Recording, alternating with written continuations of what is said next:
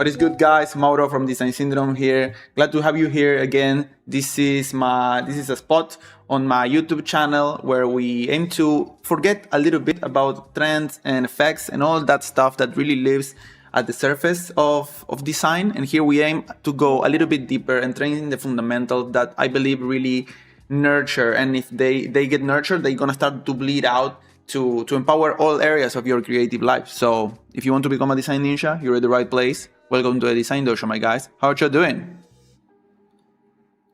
How's everyone doing, guys? So if you just found out about this is the Design Dojo, which is like a yearly course with a structured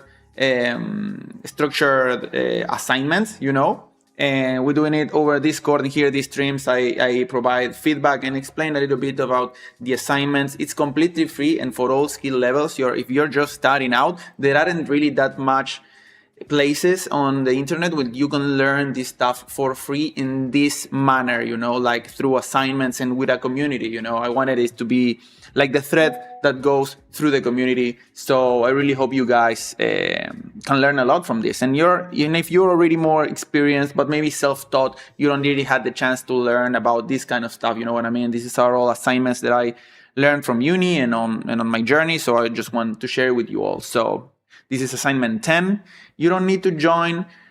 You don't need to start from the beginning if you don't feel like. You can, of course, catch up on the Discord. I'm going to show you right now in a little bit, but you can just jump in the deep end and get to have fun with the assignments. You know, these are stuff that you probably don't get the opportunity to do too often. This is assignment 10, typographic editorial type systems. You know what I mean? So yeah, let me show you the dojo a little bit for the ones that maybe just are joining in. So this is the Design Dojo server, and in here, if you go over to the Design Dojo, you're gonna have all the assignments, and the most current one is gonna be pinned at the top. And here we have it. Let me put it in full view. So editorial type systems. I already did 2 streams before this one in which I already explained the assignment properly, and we talked about what we should do, you know. So we have a few submissions we're gonna take a look at. I made a Figma board for this.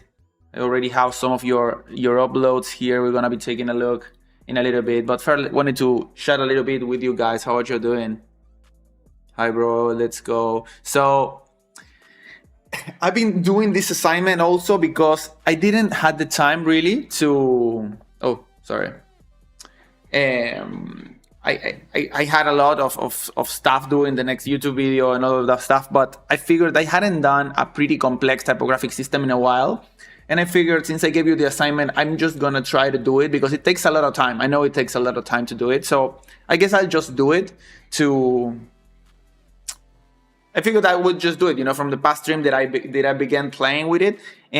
And I kept working on my typographic system, and I must admit, guys, that I completely misjudged the assignment. You know, I remember it being a lot easier than what it is, but I guess that's because when I first did this in uni, now I'm better, you know. So when you try to do it a proper typographic system with all the decisions that I'm talking about, it's really hard, but it's hard because you need to be really orderly, you know, not because it is hard per se. I'm going to show you now because I think I managed to gather some tips to help you, you know, because we're going to take a look at the ones that you submitted.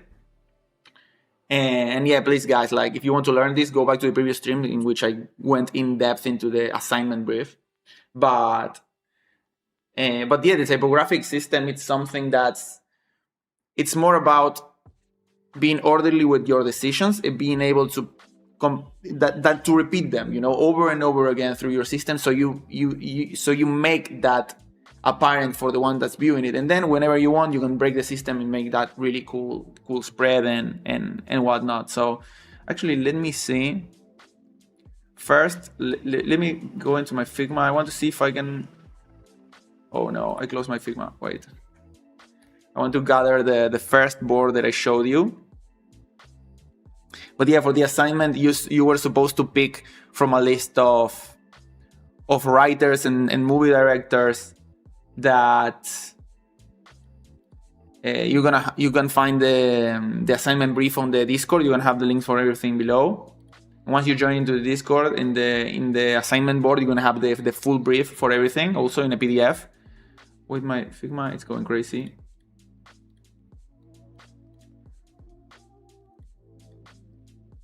Oh shit, how did I get out of here?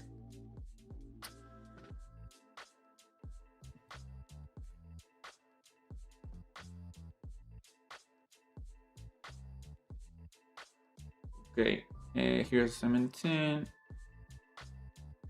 Let's open this one.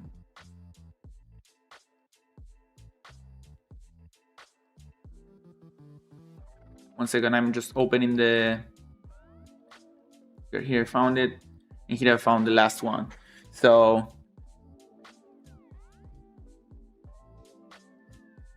let's go.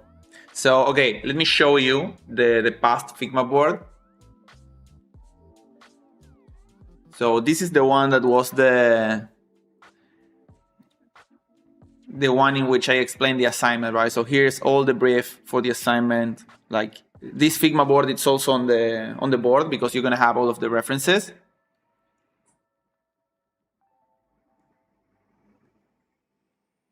Right? On what decisions you should take to sort of know what you're doing. Because this looks complex, but in reality, it's a bunch of really not so complex.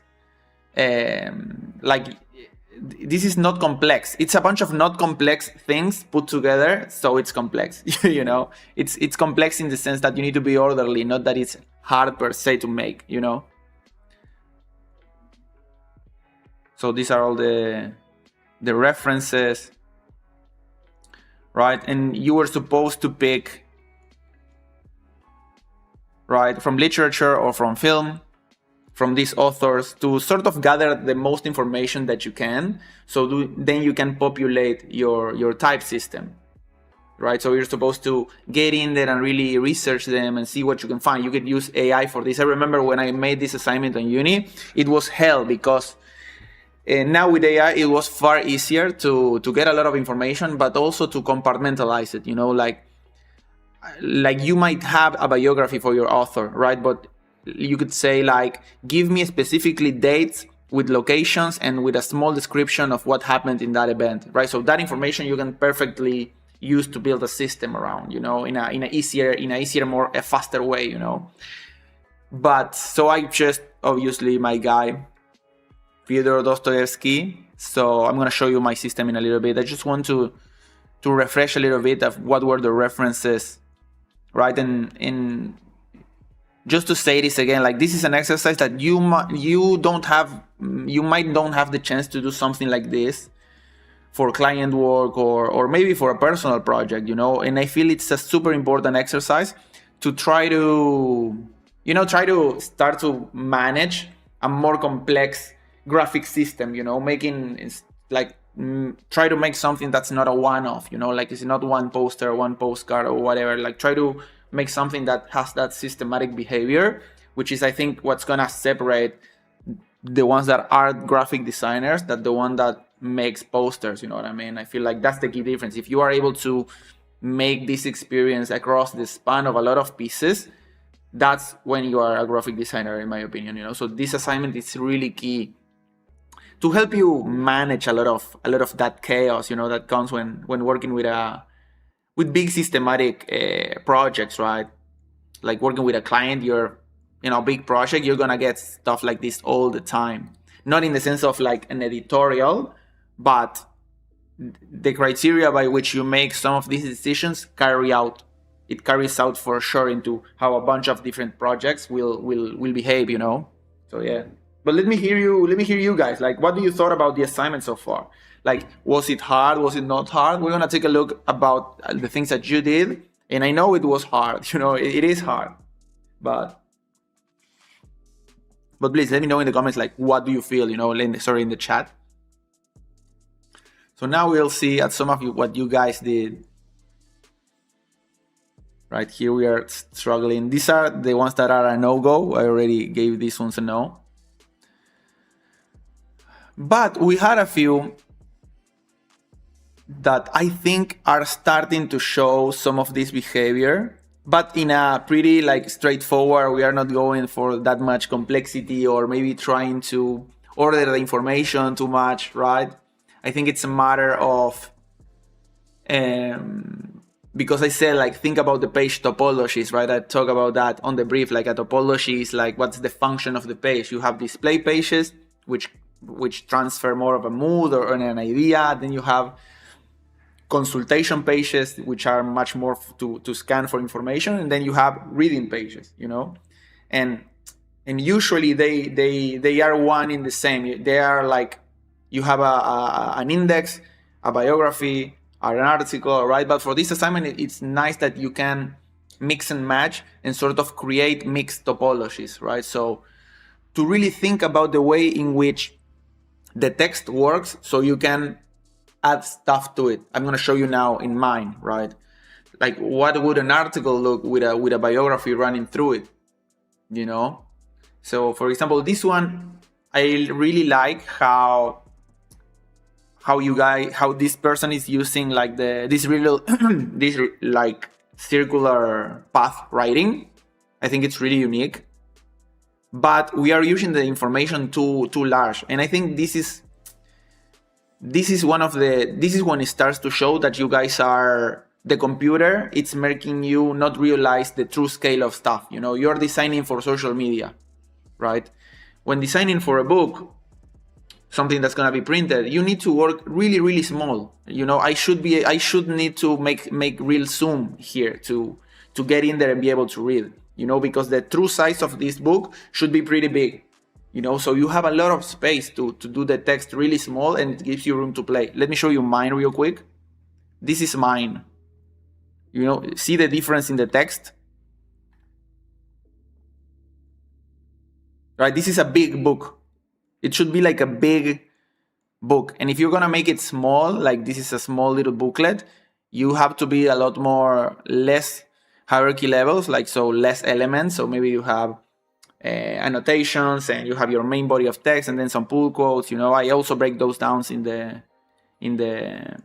here on the brief. In the brief, for example, I here denote a lot of the different elements that you could have in your typographic system, but you could have some that are unique to you. Like I like to think about these little nuggets or segmentations of the information. For example, a footer, right?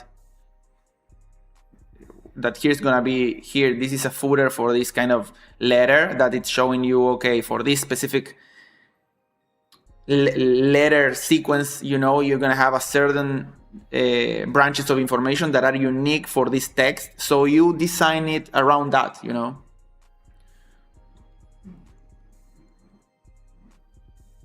So yeah, here you have like here I try to break down a lot of this like different levels of information. How small can you go? As small as you want, that it makes sense. I feel this text here, this is 6 points typography, which is really, really small. But again, for this, I wouldn't go super crazy on making it like super, super legible, super, super legible. You need to strike a balance, into making text that's readable, that's a nice gray of text. But also I think it's more important for you to play with the hierarchy levels, and to be able to play with that rather than to fixate too much on the hierarchy levels. Because, for example, the ones that you're doing now, these ones, for example, is perfectly legible, but it's not generating like no play. Like no play, it's being generated between the hierarchy levels, but it has something that looks cool. There is a certain systematic way that's working that I like. I like how this circular path, and it's creating this box inside the text. I feel this is something that's really cool that could be explored within the system, but you need to find the excuses to make it work. Then we have others like this that have decisions that are not so clear. but there is a certain idea of something that might happen here, of how the gray of text is being delivered with the date and also a pull quote. Here there is a number, which I think it's to enumerate like the number of the short story. Right, and again a pull quote. And here, guys, like I said, like don't use texture like that or images, because it's not really doing anything for the thing right now, So okay, but at least when you see them next to each other, you can see a sliver of a system start to appear. It's not that bad. I think this one is much better. There is also something in the sequence of the images that we talked about is in assignment 3. It changes when you put it like this. The sequence changes a lot how the system looks. This looks far worse than this.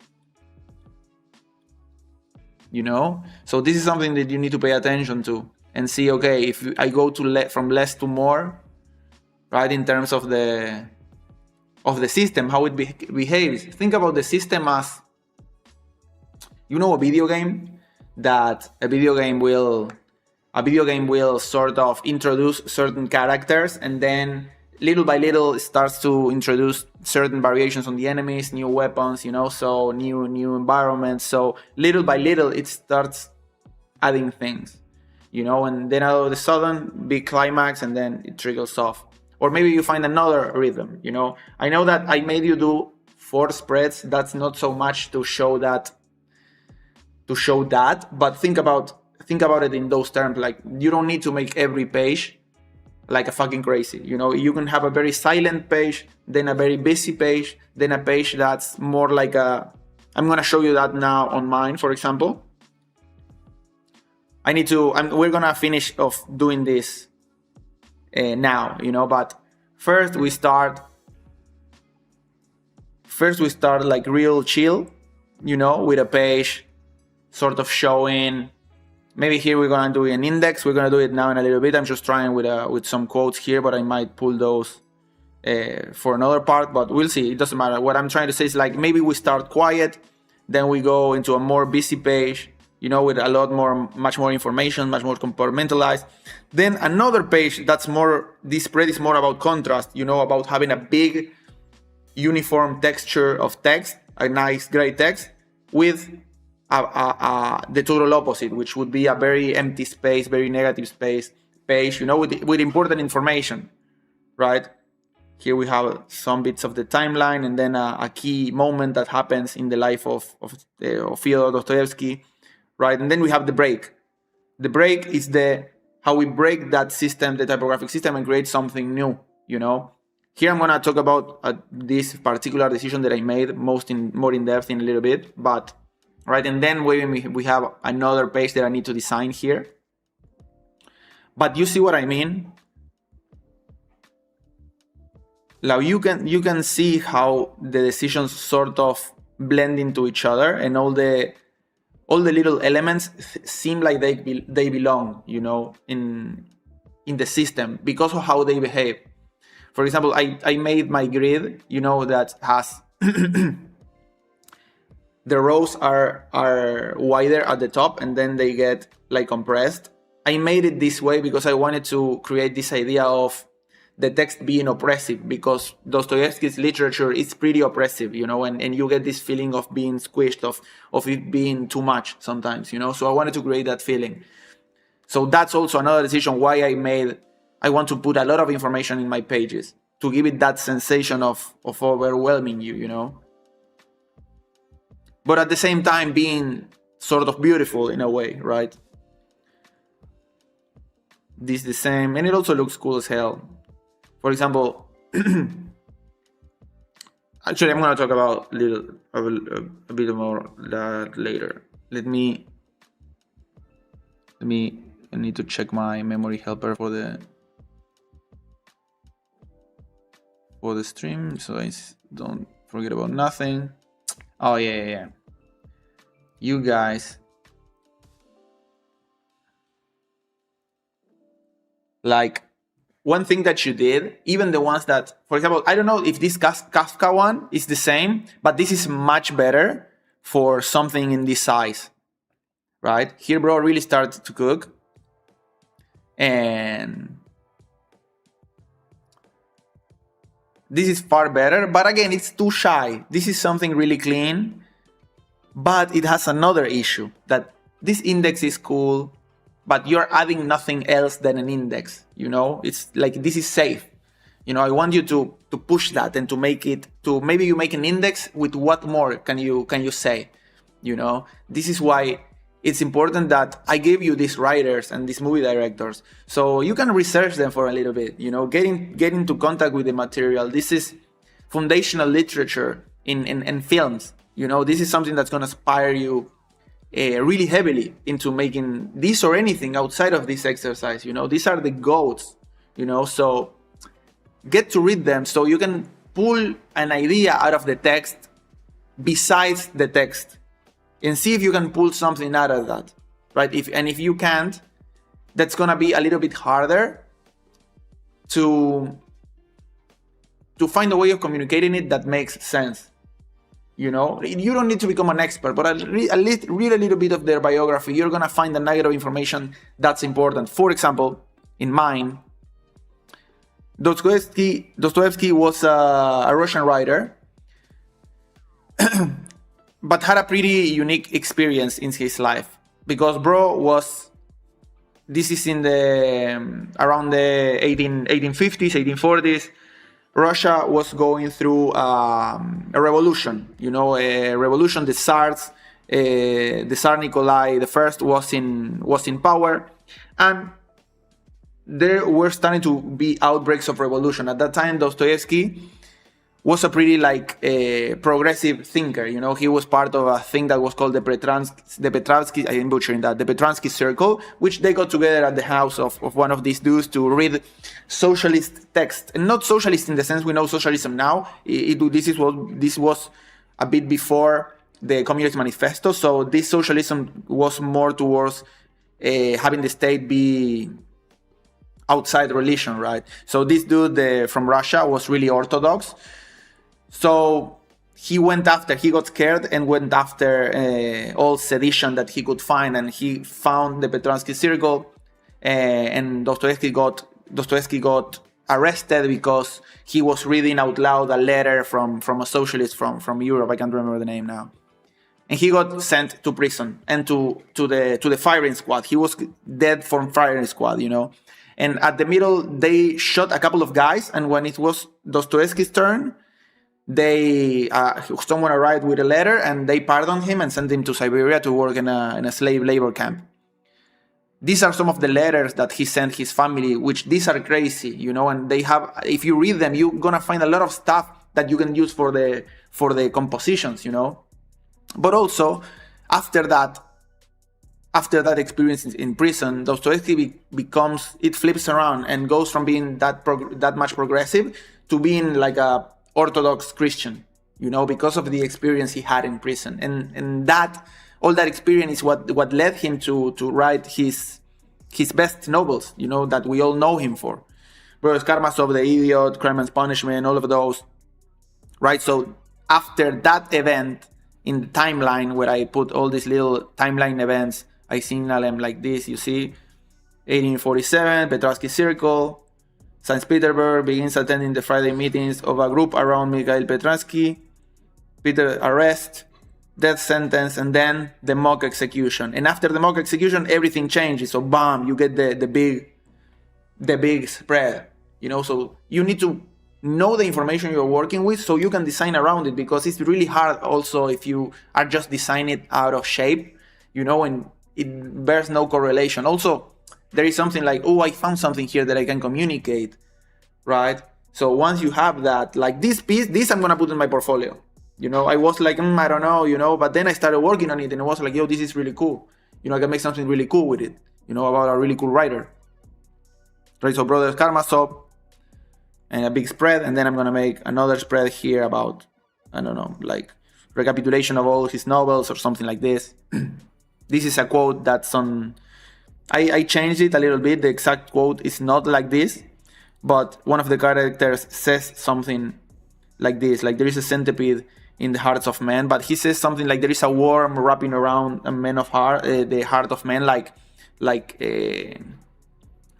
struggling it, pushing it, and and it gets referenced all the time. Right now I'm reading the Myth of Sisyphus, and Camus in that book also references Brothers Karamazov a lot, because there is a lot of the complexities of the human experience, in these kinds of books. That's why I really like it.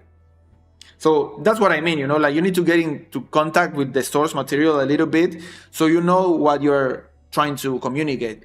I found this archive with all the letters that Dostoevsky sent to his family from prison and even before, like all the correspondence is here. And there is really cool stuff to do stuff there. For example, there is it's a PS that he sends his brother in the final of one of the letters that says, I have a new plan, I will go insane. And then I changed this. It doesn't say it like this, but it says something like people should lose their head and then be cured and brought back to reason. But I put it like he says this about himself. Right? And this is like a pull quote from the letter. So the pull quote from the letter, it's different than the pull quote from the extraction of this is a section of Brothers Karamazov that I really like, that is called The Mysterious Man. It's a fragment of Brothers Karamazov, The Russian Monk, Book 5, Chapter 2, then a small description of what's that chapter. This could be like a footer of this section. So that's what I mean. And then while I have this running, I have also here on the side also the biography, like a timeline running next to my main body of text, right? So we have the timeline running here.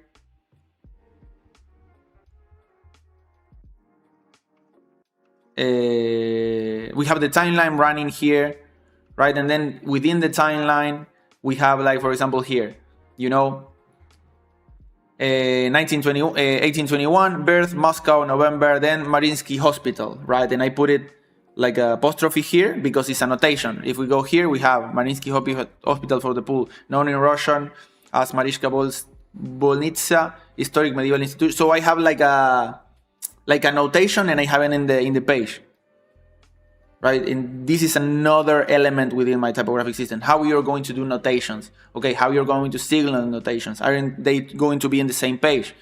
For my notations, they are always going to be in this bottom part of the page. Sometimes they're gonna take up two columns, sometimes one. And then so I have this part of the biography, the timeline running through here, and then we have the section about the letters, right? And on the letters, we also gonna have, right? For example, here are letters from 1845, so I have the item of 1844 to sort of explain a little bit of the context, right? Here is talking to his brother. This is a little bit before going to prison. He's talking about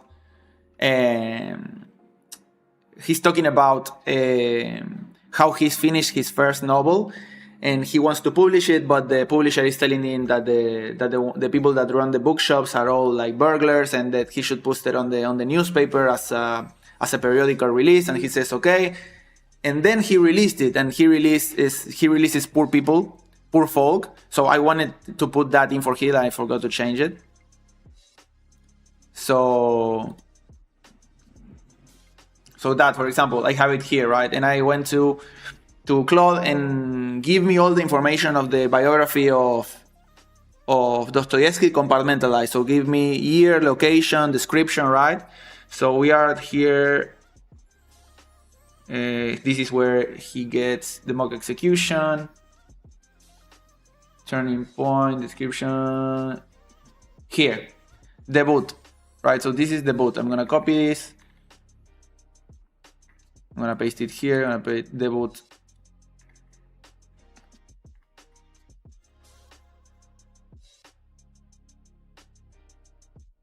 Debut St. Petersburg, 46. This is the 46. the book Poor Folks is published. The critic Belinsky proclaims him as the heir to Gogol. Right, so I'm gonna copy this description.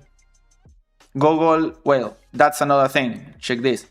Poor Folk is published, right? And you could go and do, let's do it with Gogol. Nikolai Gogol, here it is. I had already done it. I think I did this little bit of information and I for some reason deleted it. So Gogol, we're gonna give it a bold and apostrophe, like an asterisk, sorry. So Gogol, it's signaled there. And then maybe we move this and we put it more towards here. No, it goes here. Right? And then you have it. Right, and you need to find those ways in which you can weave in and out different levels of information within your typographic system in a way that makes sense. You don't need to, because here I find the thread with the letters, right? If you don't find the thread because maybe you didn't find it or whatever, it doesn't matter. Make it more for the lean more on the aesthetics, but try to make something that mixes a lot of hierarchy levels. And also, like, see how this is for example, let me go here. For example, here, how do I show the dates on the timeline, right? This is gonna be running in all areas of all the pages, right? Like, it's not gonna be one page it's not gonna be only one page for the biography. I mean, with biography, it could be one page, but I'm gonna do a running timeline through the entirety of the publication, right? So maybe the elements for my timeline, see, right? I have the year, right? I have the year, the event, which is birth. Then I have Moscow, November 11. And you see how these are all different hierarchy levels, right? We have hierarchy level, hierarchy level, hierarchy level, hierarchy level, separated, right? I could do even something like this if I wanted, you know? Right, but for simplicity, let's make it like this. But you see, within this little packet of information, we have hierarchy levels. Then I move out, and in the page, we have hierarchy levels, right? That are clearly, you can clearly spot them, right? So here we have hierarchy within the little typographic element, which is the timeline date. Within the timeline date, we have location, date, year, event, and description, right? Then in the page, we have hierarchy levels. We have a title, we have a footer, we have pull quotes, we have the main text, we have a running header, we have a running footer here at the bottom, we have the notations, right? Even in the timeline dates, we have one that has a little flag also because it's doing something else. It's telling you an extra detail. So we signal that in a different way. For this, you need to read the information a little bit. So you say, oh, in here I could do that, but here is where the real design, it starts to appear. Not only, oh, I'm gonna make this because, you know, like try to order it. Okay, how do I make this may be more or less important than this? And make it noticeable so it functions in that way. You know, that's why this assignment is hard for. This could be, I don't know, like, I guarantee you, most of you like design posters with not even this amount of hierarchy levels that we are doing here only in the timeline. You know, I don't even do it. You know, it's not like it's a matter of who, but I don't even do that much hierarchy levels within a little packet of information. You know, and you can take this principle and use it in anything you like. You know, it's not just for editorial. So we get into the page and there are hierarchy levels. We go into the spread and you have hierarchy levels, right? So the little here also, here you have hierarchy levels in this, the footer that works, you know, and the page you have hierarchy levels. You have hierarchy levels in the spread and you have hierarchy levels in the system. Can you see what I mean, guys? how it's like a fractal of hierarchy levels. You think it in the micro, you think it, and you think it in the macro. See? But this looks much more, when I say it like this, it looks like it's much more complex than what it is. Like any of you can do this. Like look how I put the dates and the information for the letters, right? So I have this information for the letters. So okay, I'm gonna design it from who to who, right? When, you know? So getting the information is the hardest part. So try to spend more time like getting your information and use artificial intelligence to help you parse through it, you know, to get all the details and the things that you can turn into information for your system, right? And here what I did is, I really love this page because it's, I don't know, I like it. So the section is letters of a madman.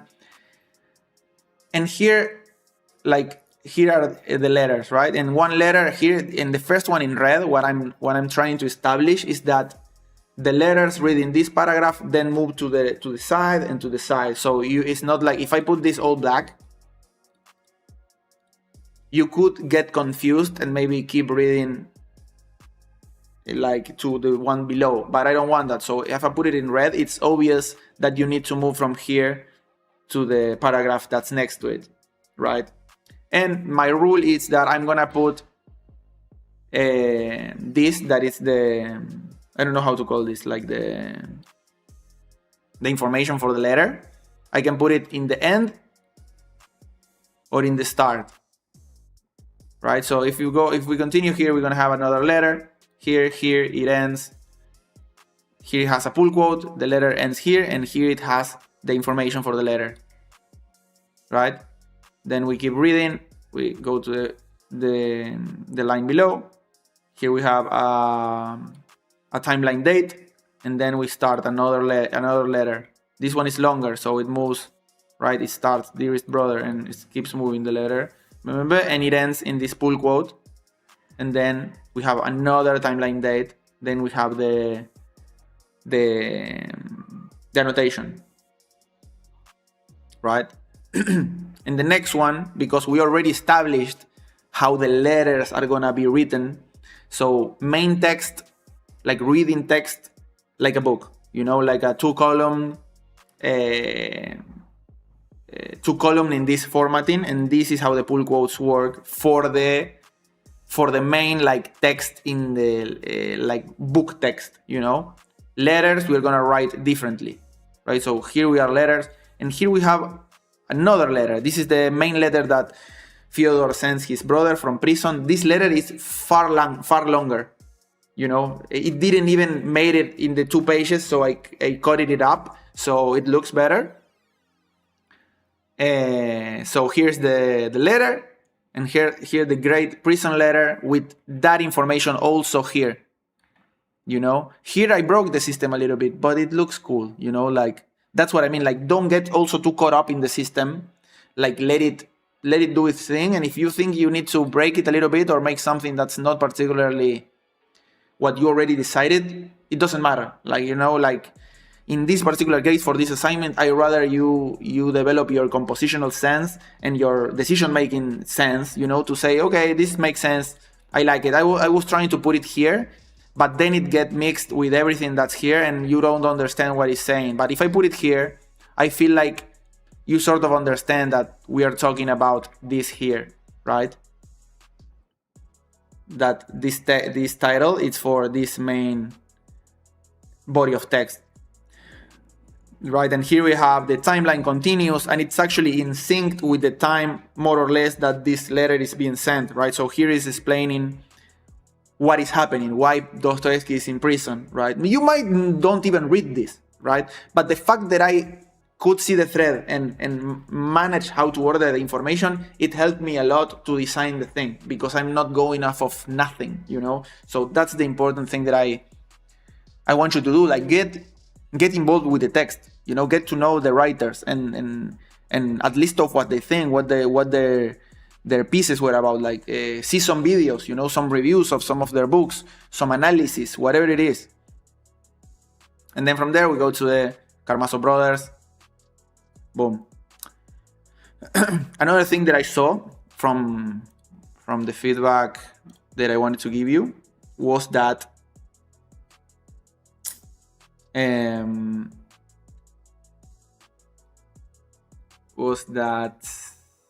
here, for example, you are doing one page for the timeline, one page for this little body of text, you know.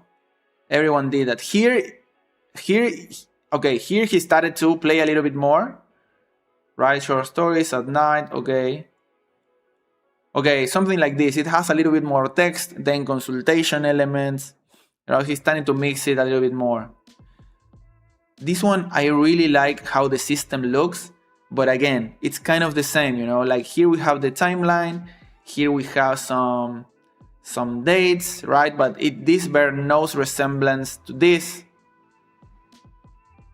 right? And I don't think that even the grid is the same on here, right? But there is something about the color and how he's using typography that it makes you think, okay, this could be the same system, you know? But let's try to make it a bit more closed, a bit more obvious, right, for this assignment.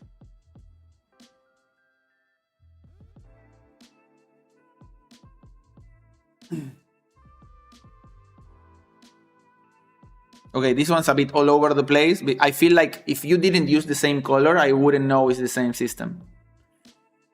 You know? Right, for example, also these two pages are kind of the same.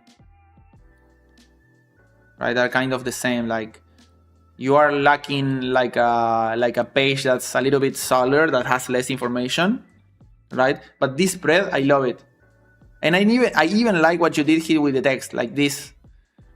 Yeah, like this overlaying that you did, I can like, right? But yeah, the other levels of information are kind of all over the place. I like this formatting thing that you did here, that little line in the drop case. I like this, right? And that's something really subtle that you could add to all of your text, right? I'm glad you're always teaching content that's not that easy to find, if not impossible, in the graphic design niche. Thank you, bro. So glad you appreciate it. Let's go.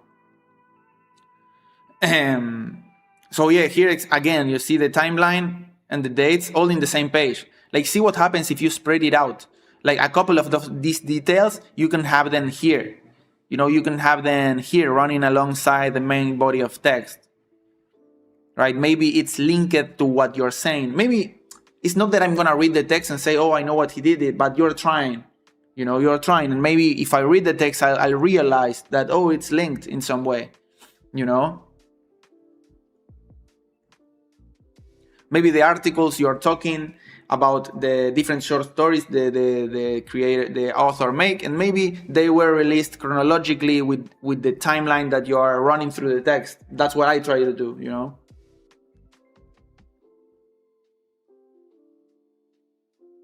You're the same. This is a no-no because here there is no correlation of nothing. It's just text. I mean, if you do a lot of pages and you could find something like this that could work, you know. But right now, since it's only one page, I can't see the system because you're showing me one page. You know what I mean? I need more to see, okay, what are the decisions? Right now, it feels random, the same as this.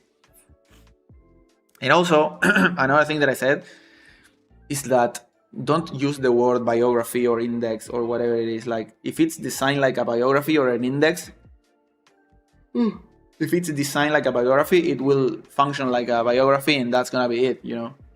You don't need to, how do you say, like underestimate the viewer that much, you know. Design it in a way that functions like that, and you don't need to use the word there.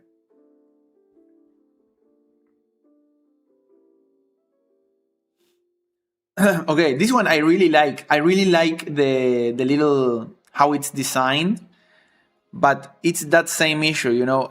It looks like a bunch of pieces. You're telling the joke. What do you mean, bro?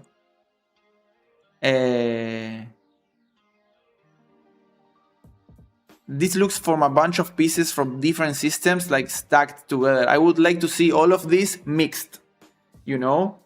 So maybe you have this little nugget of info, this Rashomon 1950, you have it here in a way, and then a text explained a little bit with some pull quotes, and then some details, some annotations there from something that happened during the making of, you know?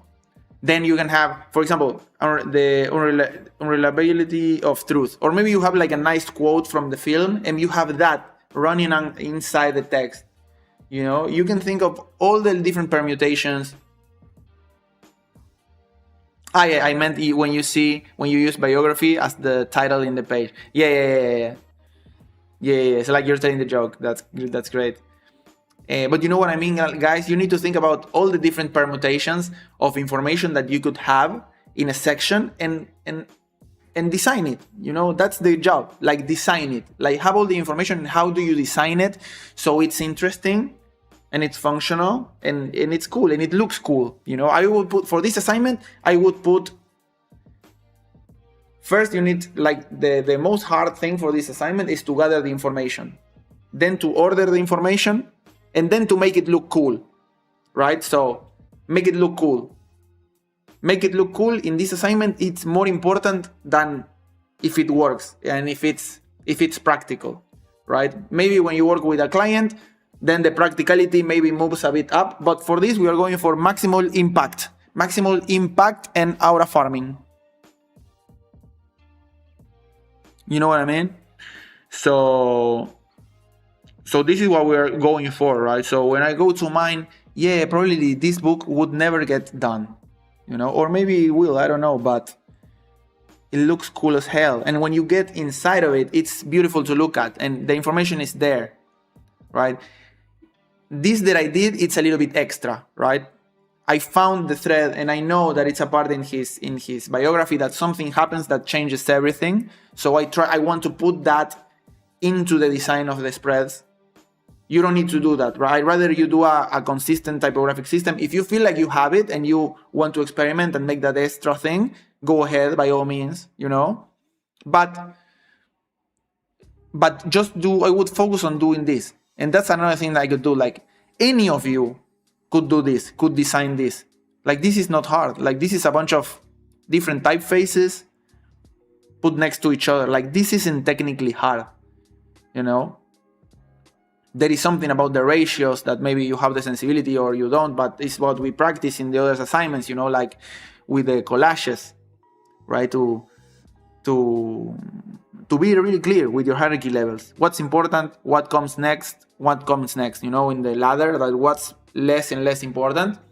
We do it here. This is letters, words next to each other. This is not, I don't know, like a crazy node map in Octane for a 3D render. These are words next to each other. Any of you can do this, you know? So experiment with this. Like, first, instead of trying to design the page, go inside. Like, okay, you have a letter and dates, and try to design something like this. And then you try to put it somewhere in your page. And then you go to the next body of text and you try to do that. Yeah, it's really time consuming. That's the part that I misgauged when I gave you this assignment. When I was with this the entirety of the day yesterday.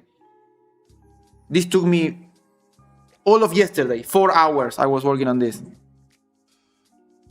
Right, but also to be truthful to what we're doing here, like, if you're going to do something cool, it's gonna take time, guys. Like, you need to get rid of that notion that it's gonna happen fast, you know what I mean?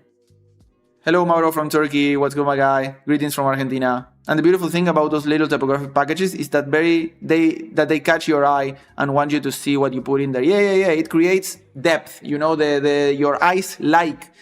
That's why micrographics and all that stuff kind of works, you know, because it gives you that sense of depth and of information that's valuable, you know, because it looks like detailed, you know, so you want to learn, you know, and you want to see it. That's why this also looks kind of compelling, but there is a bunch of information here.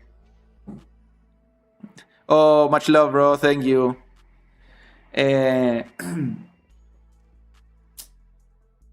What was I going to say? Oh, yeah. Also, there is something that's also true about these typographic systems, or any type system whatsoever, any large project, any typographic system, it's harder when you start. That's the hardest part, when you start to try to lay out the foundation and all the decisions. But it becomes easier as you go. There is a point in which the system starts to design itself. That's the point of a system. There is a point in which, okay, you made a certain amount of decisions. The next decisions that you make are going to be made out of the ones that you already made. You don't need to keep making decisions. For example, right now, let's say I'm going to make an index. I could literally make the index like this. I'm going to grab the same letters that I already used. Yeah, I could grab something like this. Maybe here I'm going to change the formatting. Or maybe let's say I leave it like this, just for the sake of showing you like the extreme way of in which it would be already designed itself. I could do something like this, and then let's say I grab this text I have here. Right, I'm gonna say, I don't know, page 3, page 4, page 5. And let's this one will be the same as this,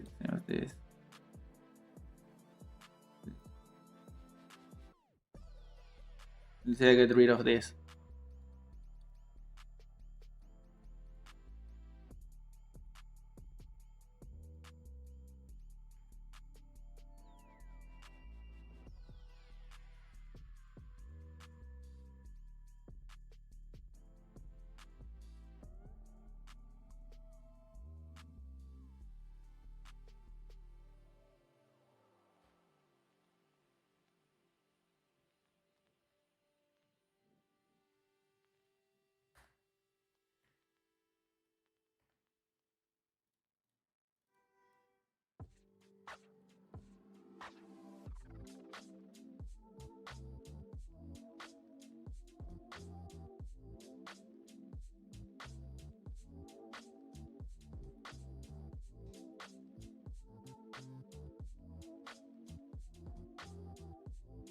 Uy, sorry. I don't see what I'm doing.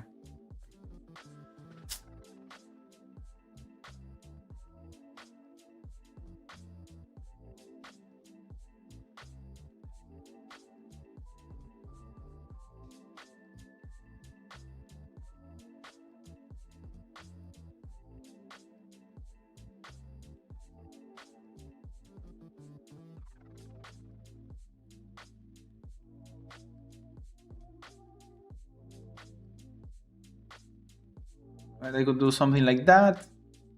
Maybe this I could put here to create some balance. That could be the spread, and it's done. Right, I already grabbed stuff that were from my system, so it looks cool because it's already designed. That could be literally the spread. It's not gonna be the one I'm gonna overly design it, because I feel like I really like this. There is a point also in which you start making stuff that looks really cool and you get really hyped, and that's also the point of the assignment, that you'll reach that point in which you're cooking, but for that you need to go through a lot of. Here, not by mistake, like I just started to replacing stuff, but I wanted to leave the other versions,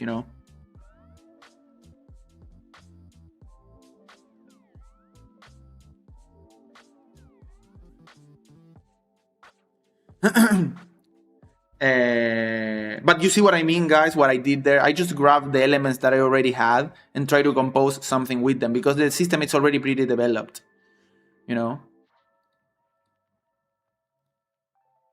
So that was one example. I'm not gonna leave it like that.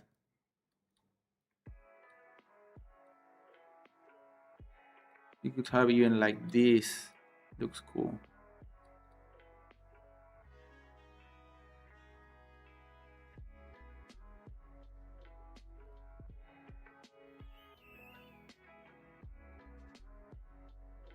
Okay, this looks cool, but we now might be breaking the system a little bit because we never did this way of annotation. But okay, it's the index. You know, it still looks within the system, right? So we might leave it. Oh, that sign there looks crazy, bro. And it also makes sense because these are the letters, so it makes sense that the signage it's there. It looks tough. So this is Dostoevsky's sign. So bro has a question.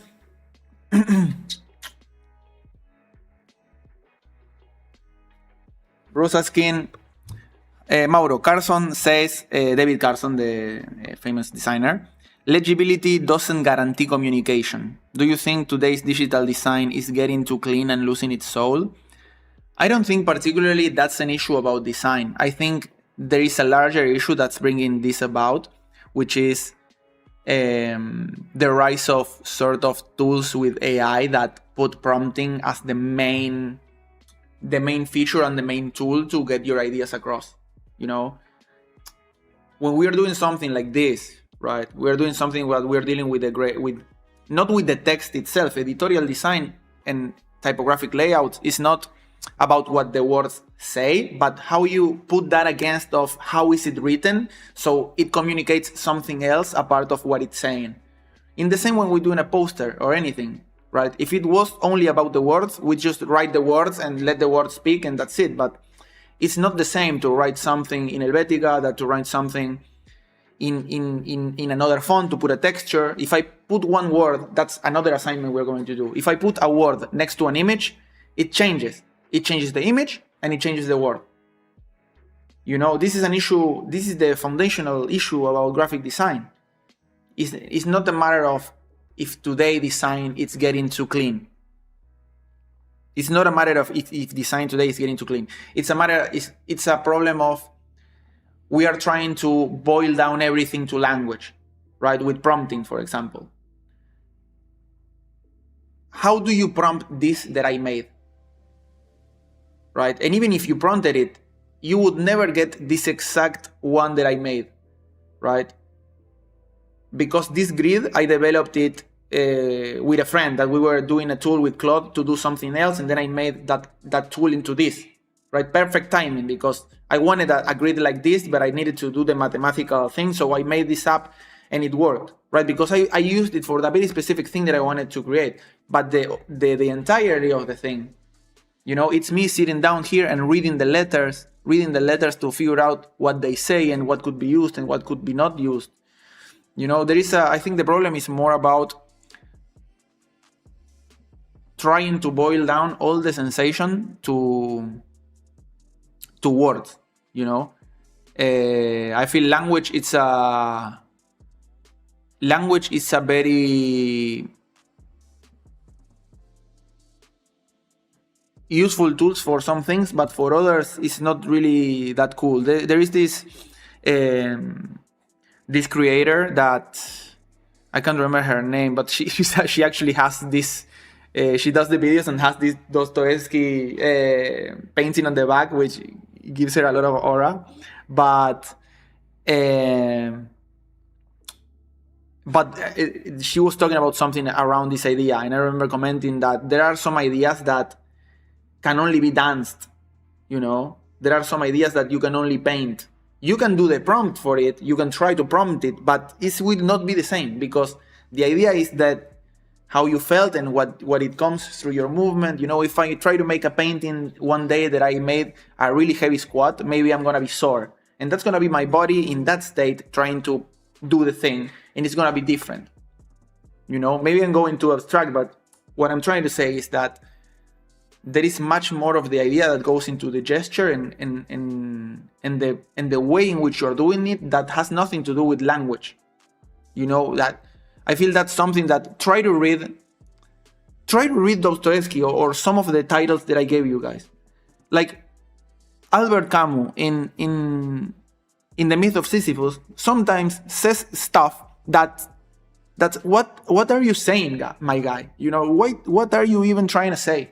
But you read it and you feel like you get it. You get it in a specific way that's for you, and that has to do with the feeling rather than with understanding it, you know, like what does it says. That's very today, you know, trying to unify, trying to have everything make sense, you know. And it also has to do with, you know, like putting scores to movies. You know, what's this movie about? What do you think about? It's a 10, it's a 9. And like trying to quantify it, trying to exactly know what it means and what it says and what it's about. And that's not how art works, you know. Do you speak Spanish? Sí, hablo español. Soy argentino. Saludos de Argentina. Argentina es el mejor país del mundo. Saludos de Argentina. Yeah. But you know what I mean, guys? Like, is this a matter of, and it's the matter of, like, it's what men like humans been trying to do since the dawn of time, you know, to remove as much of the abstraction as possible, to get to the core, to get to the what is this, what's the meaning, what's the purpose of life, you know. And yeah, in exercises like this, I feel it important to sort of let go, you know. There is a point, I feel, in which it makes sense to realize that the variables are too much to try to control, and at some point you need to do like my guy here. Like, this is so funny. This is why, like, this is what you have to do, you know. You need to go insane, lose your head, and then be cured back to reason. You know, it's for me, it means like there is this realization that it's impossible. Like it's everything is stacked against you. You know, like the thing that you want the most is to understand everything and to have the master key and to see what's the proper way forward. And the last thing that the world is gonna do to you is like say, this is this is it. You know, like this is the reason for it all. You know.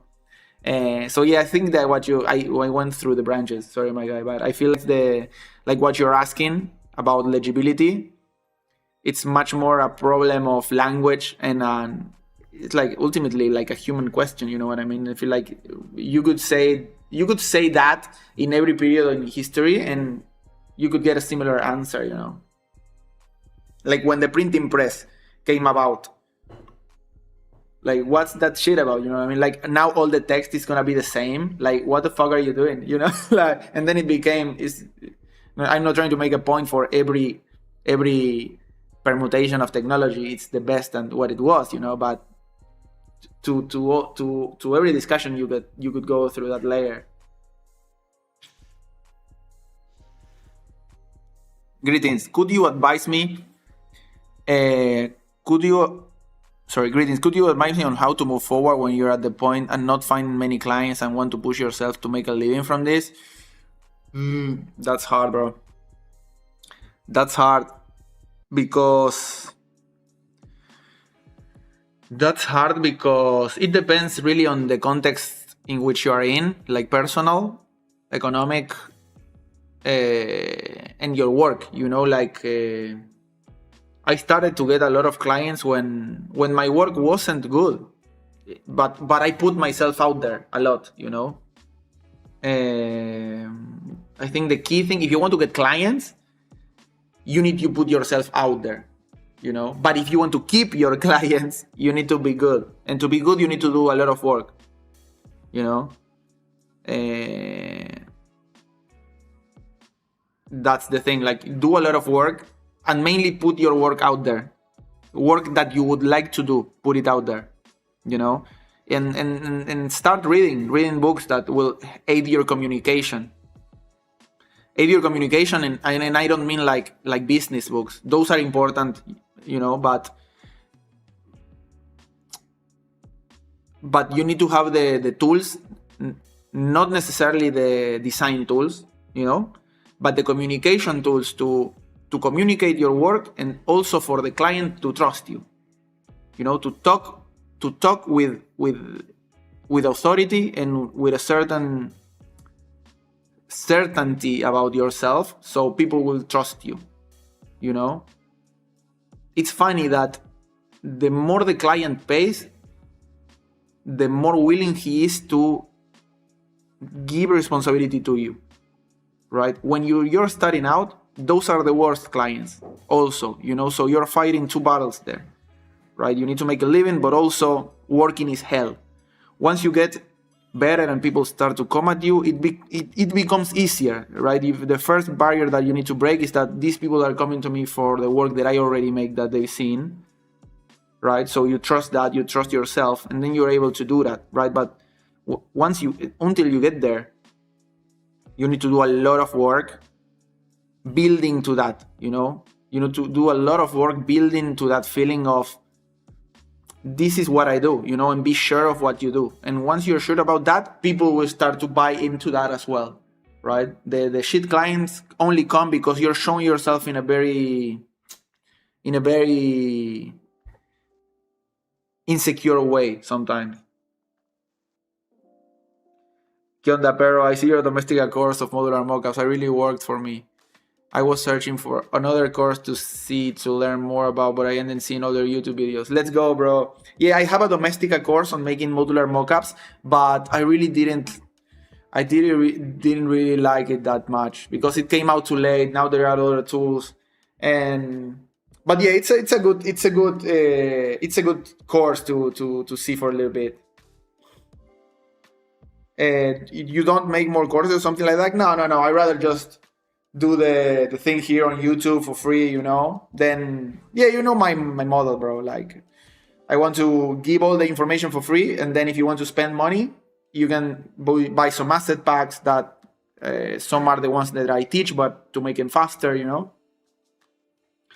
Thanks, brother. Greetings from Venezuela, and much love your content, which I've been following for a long time. Thank you, bro. Let's go. Yeah.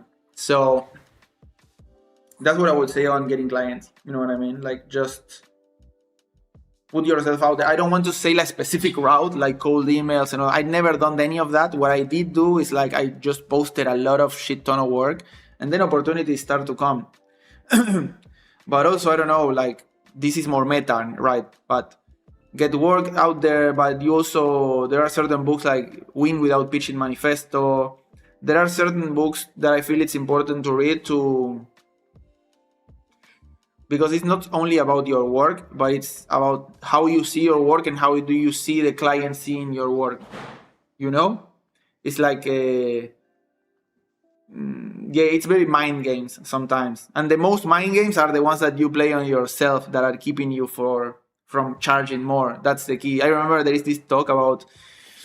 I have it on the Discord. It's the one from the Chris Do, from how to charge for a logo.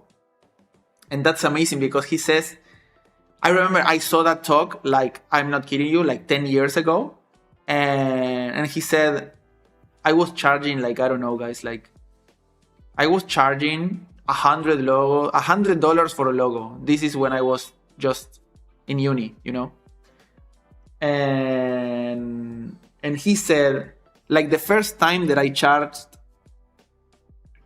$1,000 for a logo was the first time. Like, he wasn't like first 500 or then start moving up. Like, one day he just said the number and somebody said yes.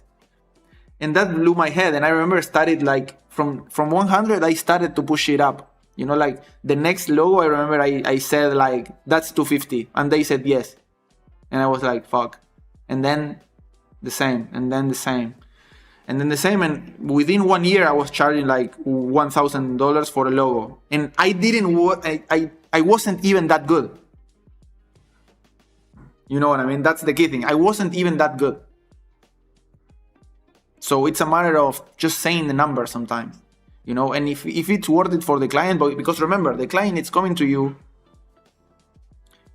because he saw your work, right? Sometimes I remember that happening to me, like, a client comes and you think the client wants the work that you like, not the work that you do, you know? And at some point I was like, no, wait, but this dude is coming to me because he saw my work, right? Because you think that you need to do the work that you like, you know? It should be that extra thing, but it's not. It should do the work that you already show you do, right? So whatever number you says, if he say yes, if the client says yes, then it's because that relationship, you know.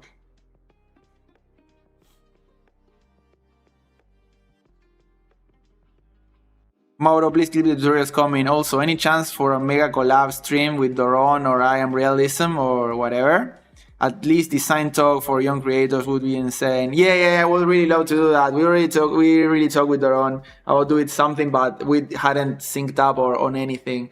I would really love to do some talks or anything with he, with Jesse, with Jack, also with the one that I would really like to talk to is with Ron from OSS Text. Yeah, that would be really hard. But I feel like there are a bunch of people doing talks right now, and I don't want to, you know, like it needs to be, I need to plan it real well to say, okay, what's going to be the thread or what's going to be the idea so we can talk and add anything, you know. Yeah, that thing. But yeah, let's just continue. Now let me go back to this so I can maybe try to design this a little bit more and just see if I can finish it up. Shoot me questions or whatever, anything that you like, guys. I'm gonna just keep working on this for a little bit. Actually, I'm going to the cinema in a little, not in a little bit, but close enough.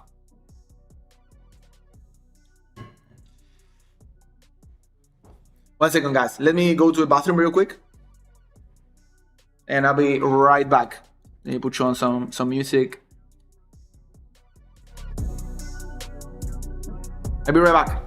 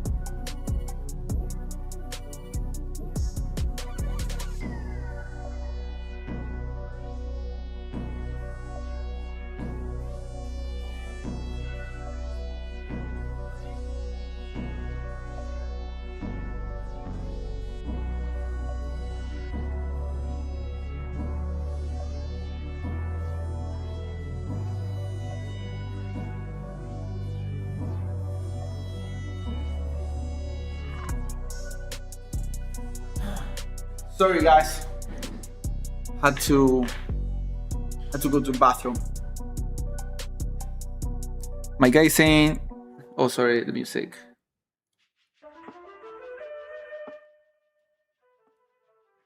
My guy is saying, compañero, you know what is happening to me? I trust my criteria. I trust my criteria, but my workflow is so harsh because I don't know how to use some programs really well. Now I'm starting my own audiovisual product firm, and I have to publish things on social. If you trust your criteria, you should just trust your criteria, bro.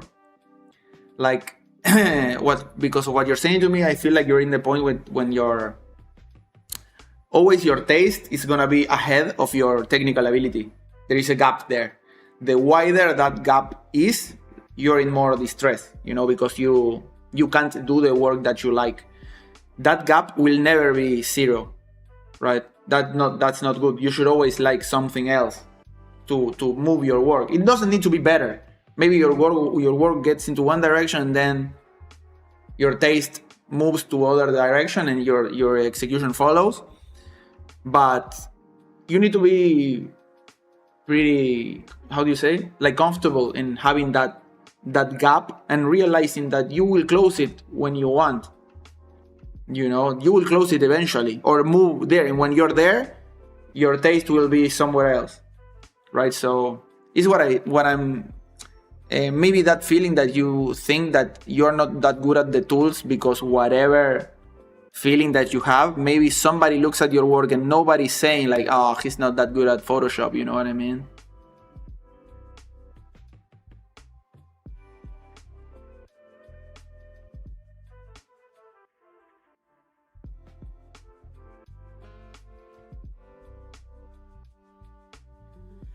And everything, I show my work to another person and they be amazed, but it takes too much time to finish that I always feel dismotivated. Yeah, bro, that's a thing about today's day and age. Like, we need to work fast. Like, they want to make us think that you need to work fast. I think there is a bit of play there. Like, you should try to find your fast work and your slow work. It's hard, bro. Like, I don't know what to say there, because when I started, I did a lot of like one post a day, and that's cool to make nice little pieces. But to build something lasting, you need to be able to make those great showstoppers. That great pieces that's work that's gonna take you a lot of time. There is this dude which is called Studio Practice, Elliot. I showed his channel a little bit. He talks about direct work and indirect work, right? And direct work is that work that you sit down, you do it, and it's done. It takes you an hour, 2 hours, 3 hours. Then you have indirect work. Indirect work is this. This is indirect work, right? This that we're doing here, this huge editorial, this is indirect work, because you need to inhabit it, get out, come back to it, and you keep building it. It takes longer time, and you need to be able to do both, to do a big piece and then smaller, less impressive but still cool pieces, so I don't know, you could work on doing small little edits, do a film on the background, but also do small little edits that work well on Instagram, show small little sequences. You need to find a way.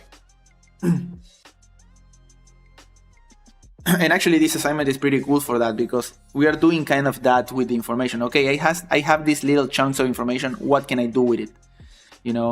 It's the same. It's like, instead of building the page, like, you're good building the page, right? You are good doing those pieces that takes time, but how can you do this little small thing that you can do fast, right? Use that same criteria to make the smaller piece of content that you can make fast, right? And use those to gather a community, but then work on the bigger ones also on the back, try to work on both.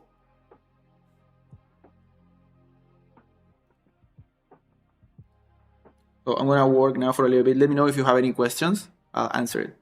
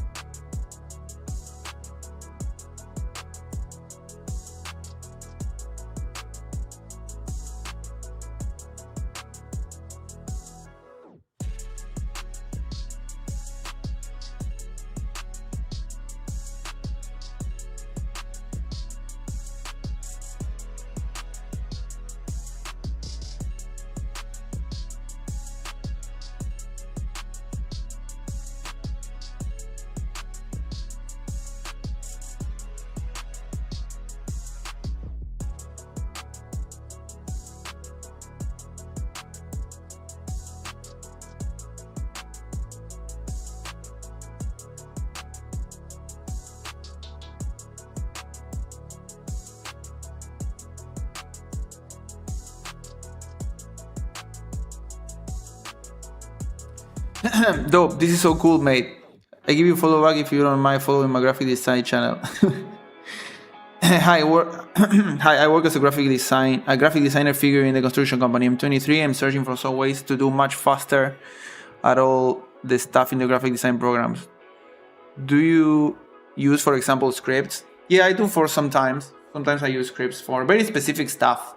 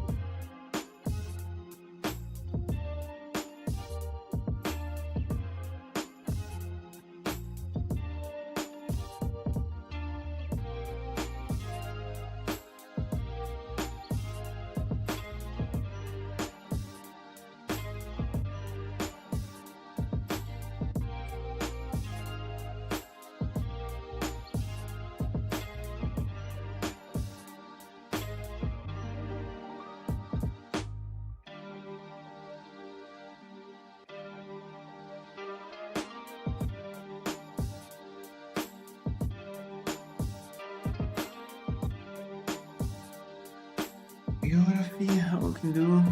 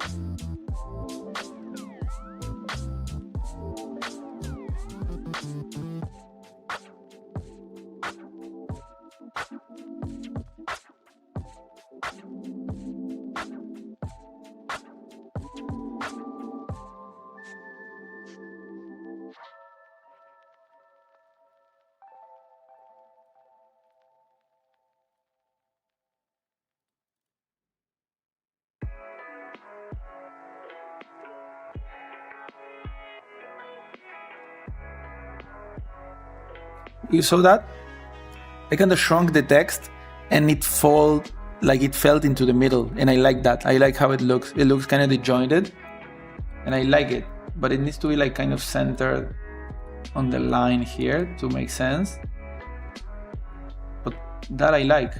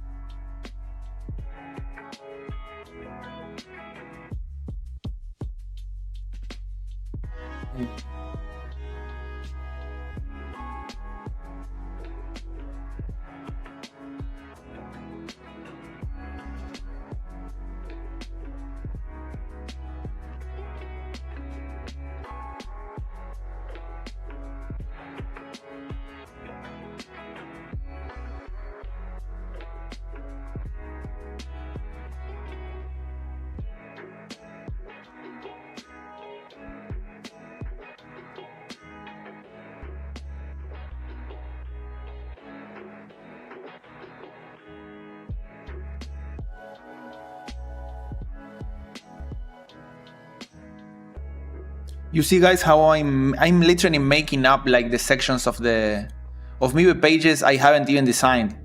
You know what I mean? Like, it's not that I'm going to make the index for the specific pages that I design. Like, you need to imagine that this is a full book, you know? So come up with what's the segmentation of your index and also design that. So anyone that looks at this says like, oh, this is interesting. Like, you see how I didn't call the bibliography like bibliography, it's like mind grimoire, you know?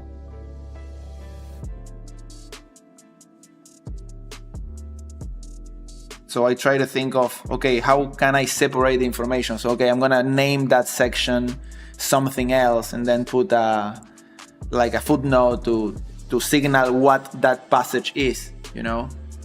What that section actually is. So Road to Madness, it's his biography, you know? And I put that. I could take it out if I wanted to. But if I leave it, I like how it looks, so I'm gonna leave it. I can put it here also. You know? This is the information of the one that did this painting of him. And I would need to take this out. If I take it out, that works as well, you know what I mean?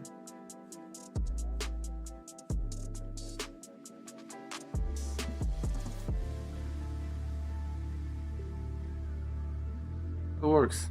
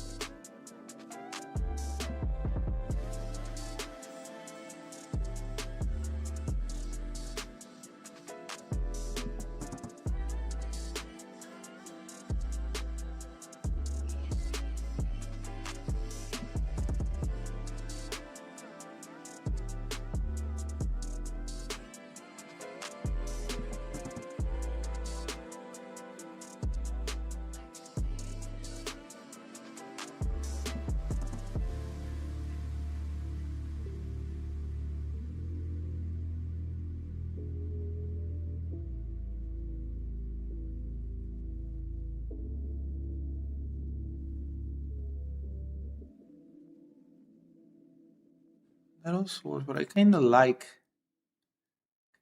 this, bro.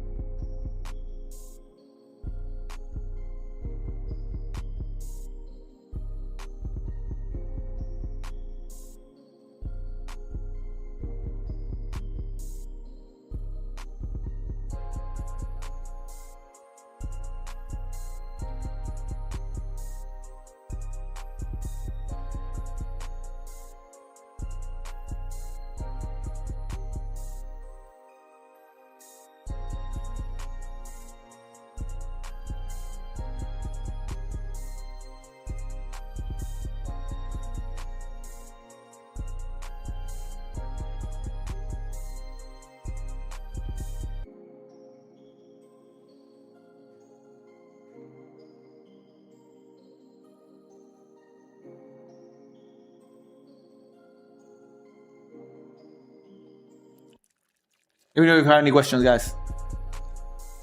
I'm just vibing at this point. This is so fun, bro.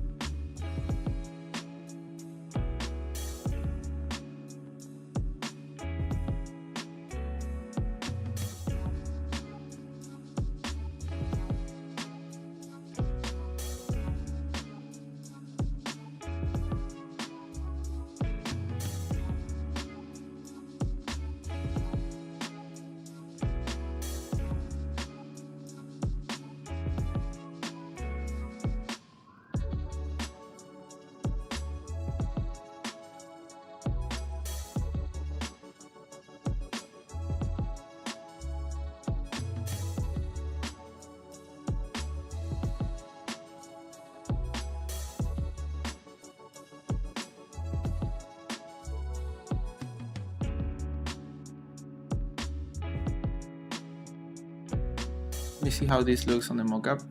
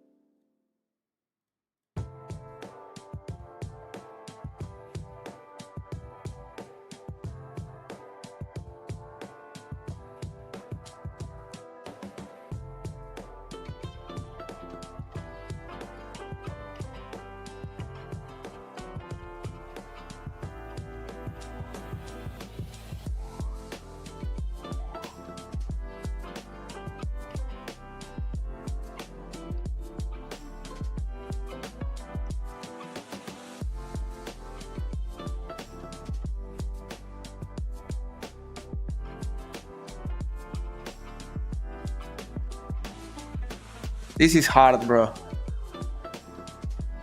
What the hell? This spread, it's diabolical, bro. Like, I didn't need it to go this hard. Like, this is class, bro. I like it so much, bro.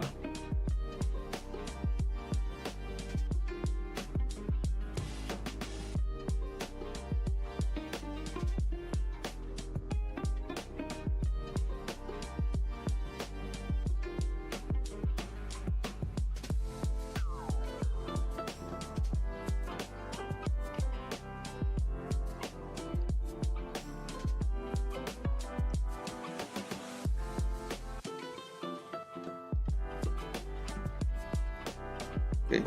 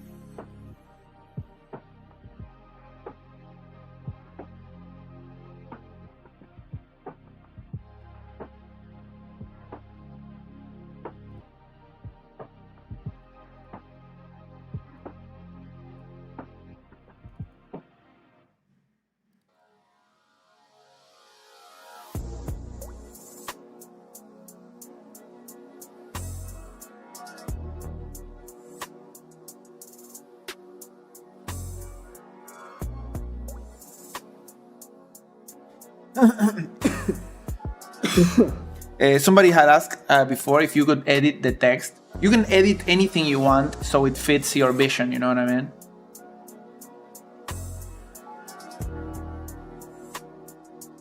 This is, after all, this is your edition.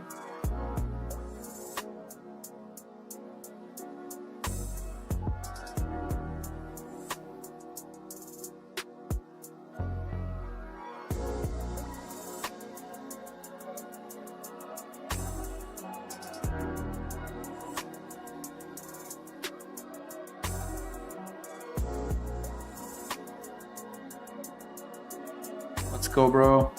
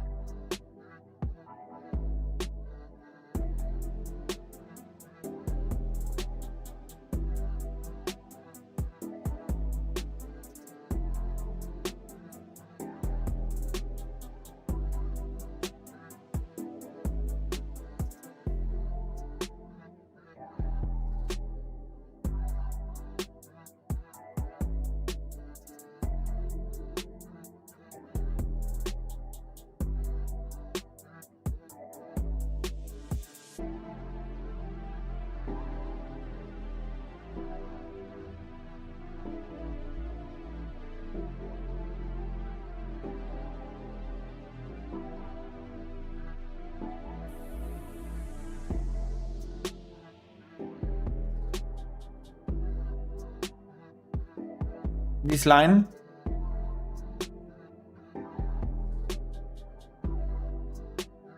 Yeah.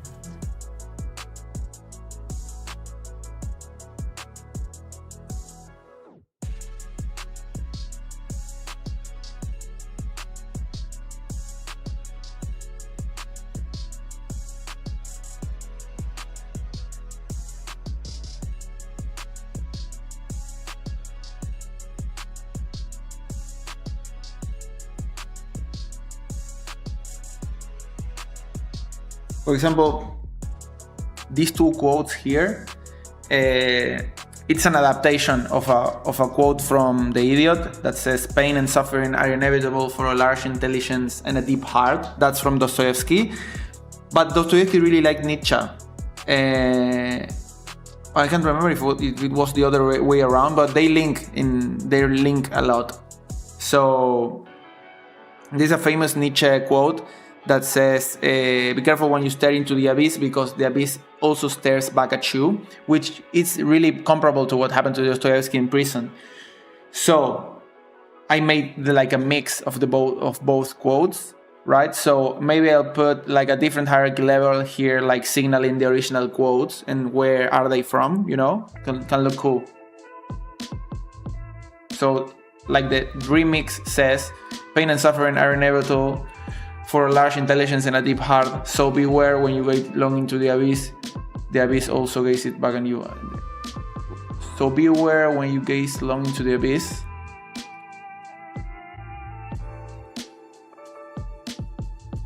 for it also gazes back.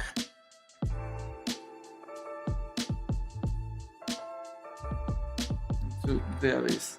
When you gaze long into the abyss, for it also gazes back into you.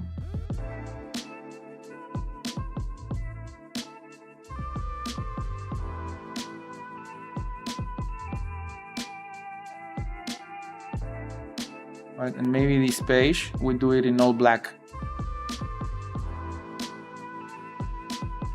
Right.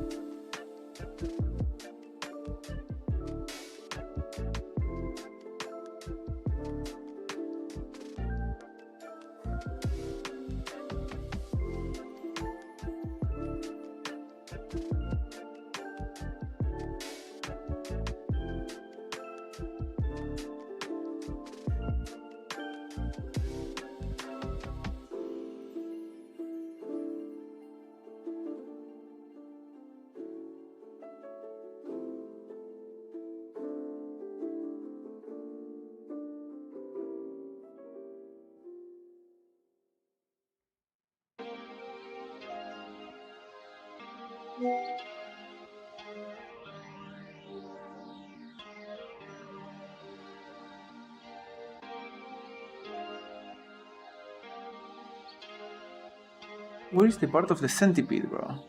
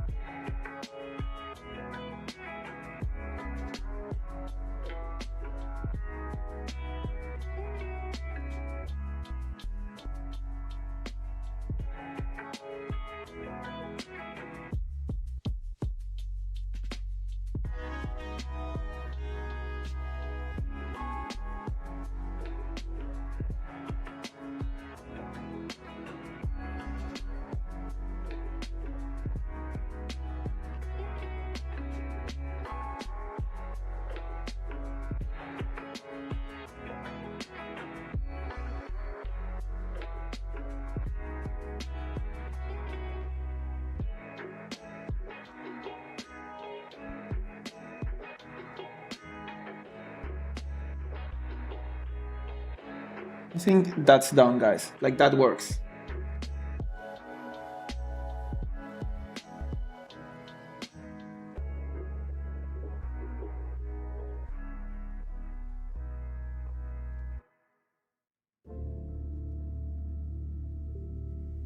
Like, I was going to put like information on the Karamazov brothers on the one on here below each of the frames, but I don't feel like doing that. I feel like that tells too much, and I want to keep this spread like more suggestive, you know what I mean? I don't want to explain that much.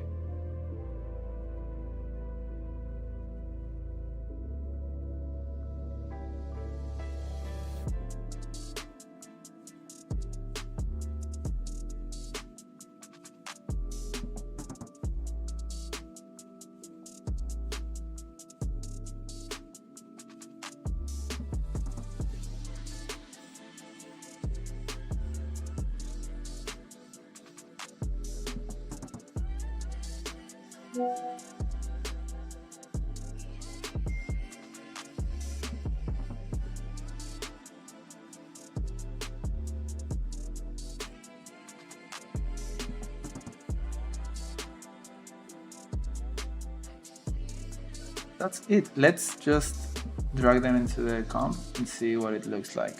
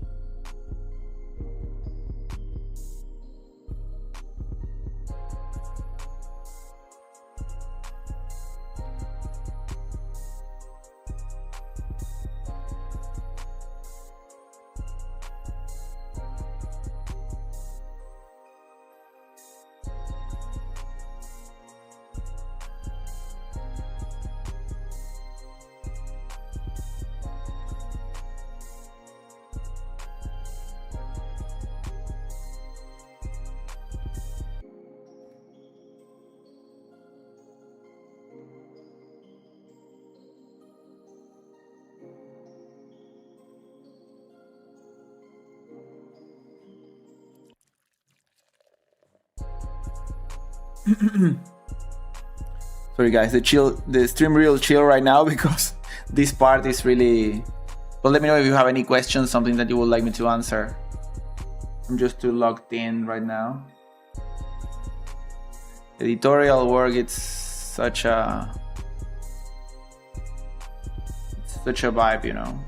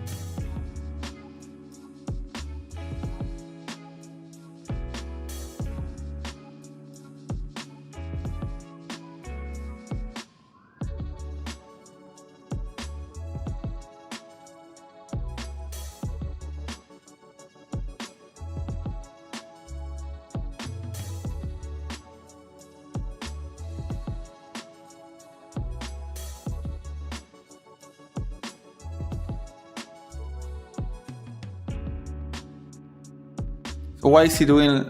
So what is he doing now? Why are you mocking it up on Photoshop? Because I want to like present it on a mockup to see how it looks on the object. Sometimes it changes a little bit, and also it's better to present it.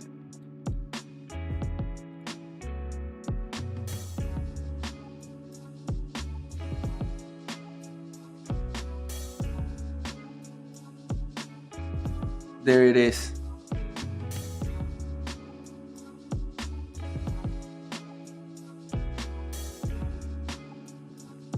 And it's also great to see how it changes. Like how it changes with the orientation. Like if I change the order, it changes everything.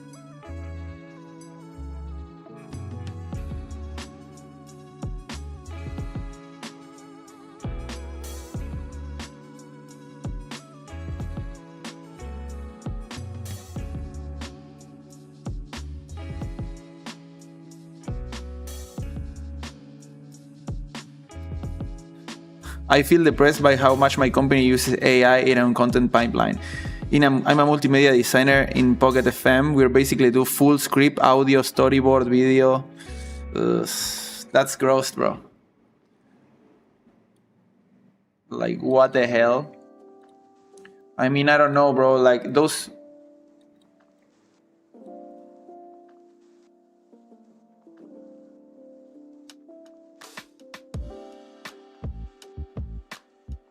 No, the shadow, it's just this is a mockup. This mockup is free and it's available on the assignment board. This one is free.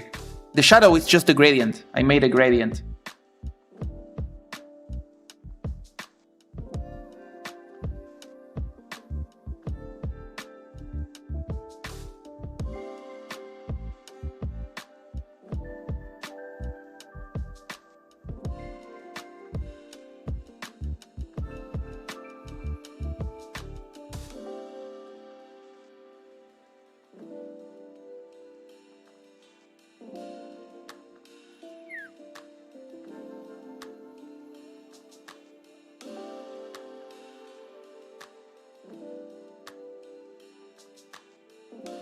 Oof.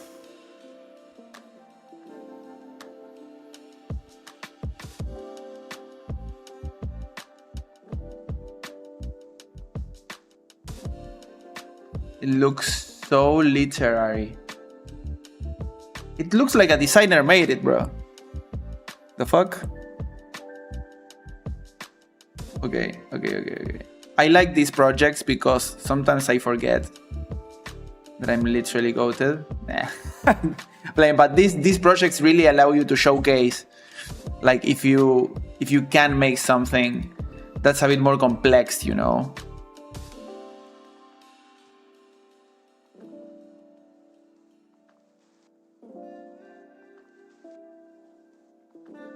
When will AI end, or is nothing going to be fixed ever? I don't see it going away, bro, to tell you the truth.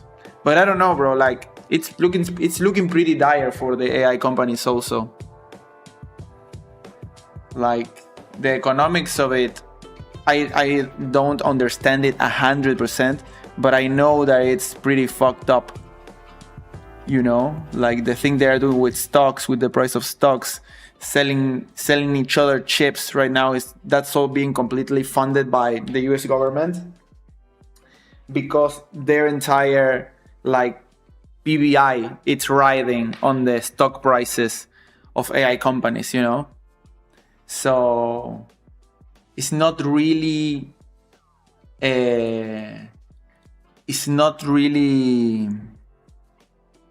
profitable right now. Yeah. I read somewhere that Anthropics, like, the subscription is $20, but it cost $80 to my monthly subscription of cost. They have $80, so that's pretty fucked if you ask me. You know what I mean? So this is done, guys. I'm really happy with my result. Let me put it against these ones.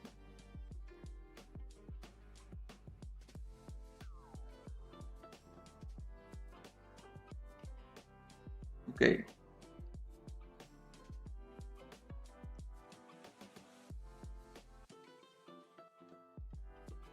Is mine better than the references?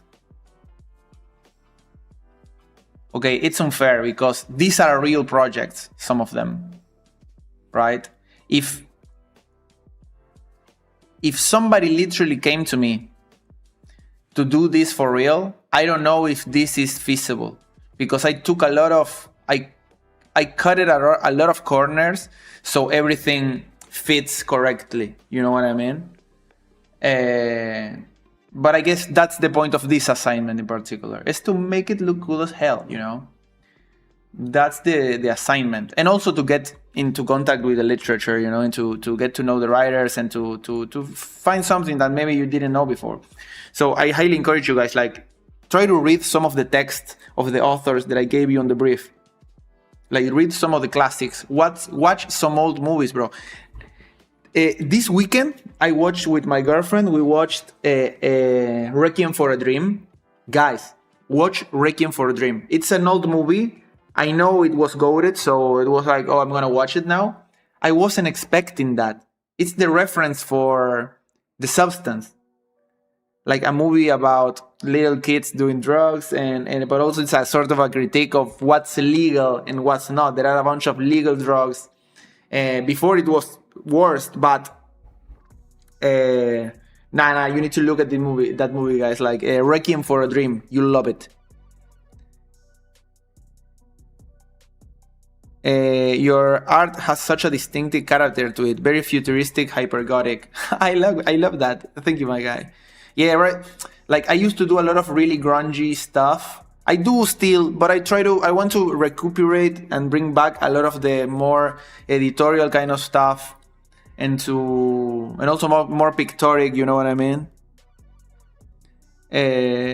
But yeah, I really like this system. I really like it.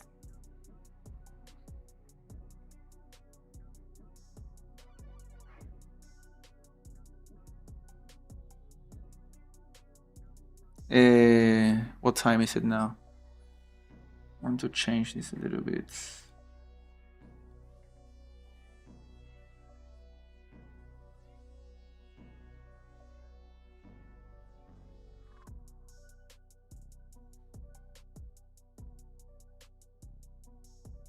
Let's leave it like this because otherwise I'm not gonna finish.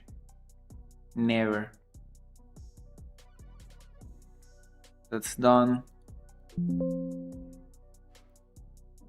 I wanted to try something with the mockup. Like, look at this, guys. I can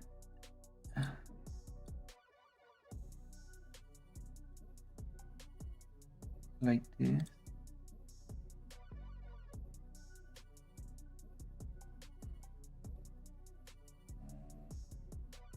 I'm gonna use my trace paper action. Subtle texture. Press play. Okay, it made it like that, right? So right now, oh, that's perfect. It's sitting right there. Black, black.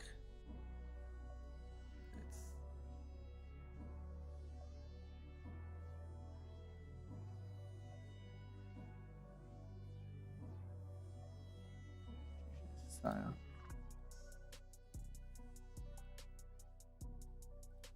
Guys, I really cooked with this layer, with this asset pack. Don't let me lie, guys.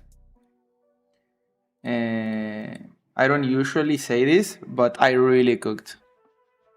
Oh, sorry, bro. No, I didn't showcase it. Bro. There it is. Sorry, let me do it again because it was really special. And this was right here. Let me do this. So I had this. So that part. And I'm gonna put it on top. And I'm gonna do my... What do you mean? There. Are you seeing right now? Yeah. I'm gonna run my trace paper action. This is already up on my store, but I'm working on the tutorial to be able to show you how to do it. But it's far quicker on the action. Like that, boom.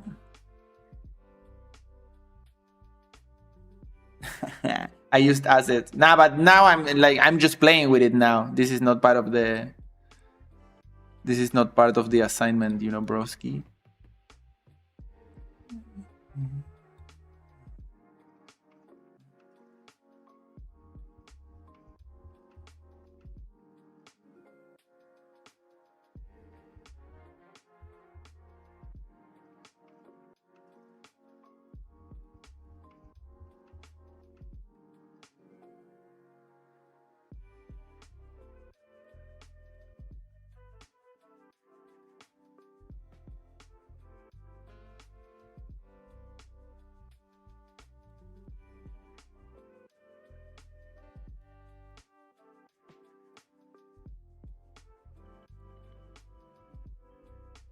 It's for educational purposes. My bro gets it, bro.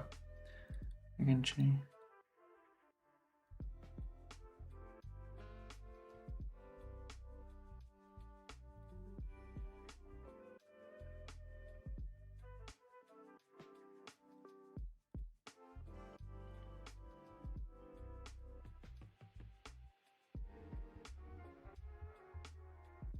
Nah, bro.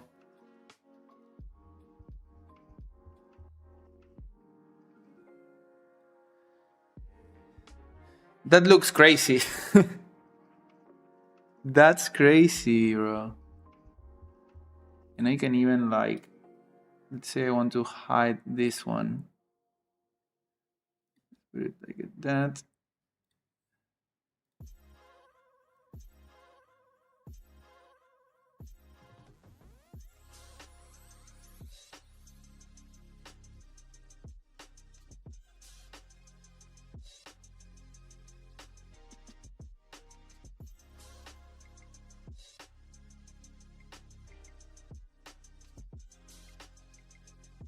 No, you can't use it. I mean, when you have the thing, I happen to have trace paper.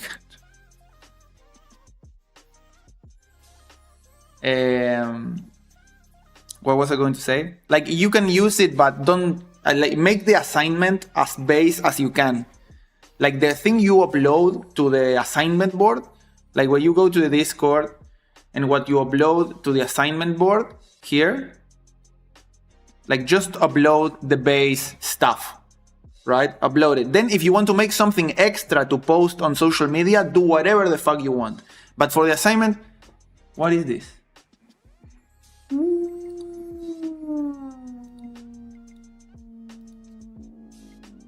What? No, this is great. Hello, my submission for the assignment. Basically, I redid it from scratch. Then I completely redid it based on the feedback I received in the login room.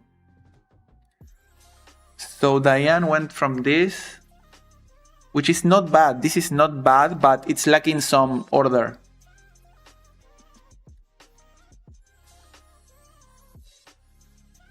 To this. Come on, bro. This is clean. What the hell? No way, bro.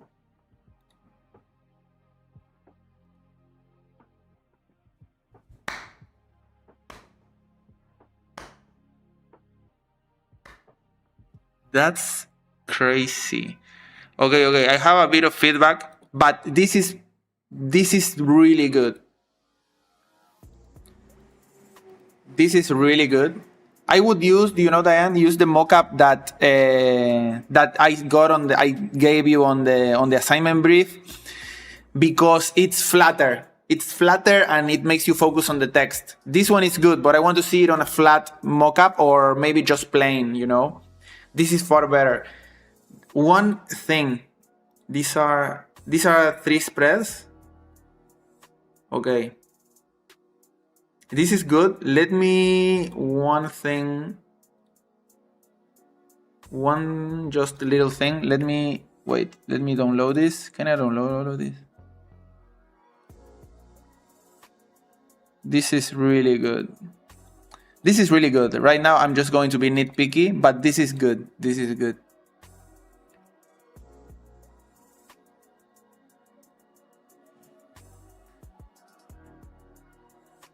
Let me download this. And I'm going to put them against mine, but just to show something. But this is good, Diane, and this is really great.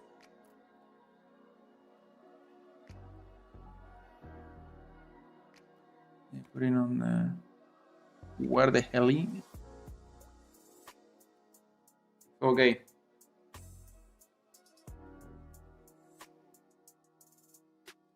Okay, these are 3. It doesn't matter. Let's use this one.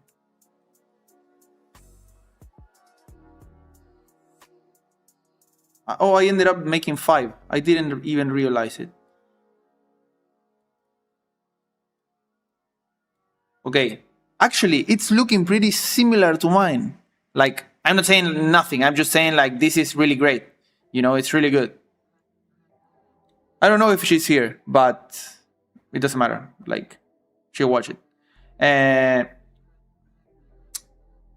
You see that you have this one is really distinct. The title most one, I really like it. But these other 2 are kind of similar. They have the kind of similar weight in terms of the type of text and the distribution. You know, I would try to make like something like this. Try to make an index. Try to make like a heavy text with something more with more breathing room. Try to make like a heavy text one, which is like the one you have here. This is similar to this, right? And try to make one crazy page and maybe something with more contrast, you know? Try different topologies, but this is good. This is good. And guys, this is good in terms of the characteristics that it has and the clear decisions that it has. You know? I think that it borrowed a little bit from my example, but it manages to do a lot of things on its own that are unique to hers, you know? But you can see clearly the hierarchy levels. You can clearly see the different parts. She really cooked in this one. So this is what I want you guys to do. Not the style. I don't want you to copy the style.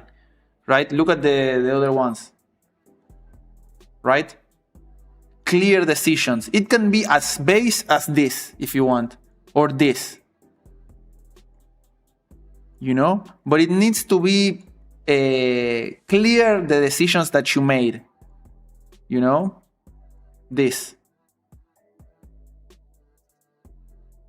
you know.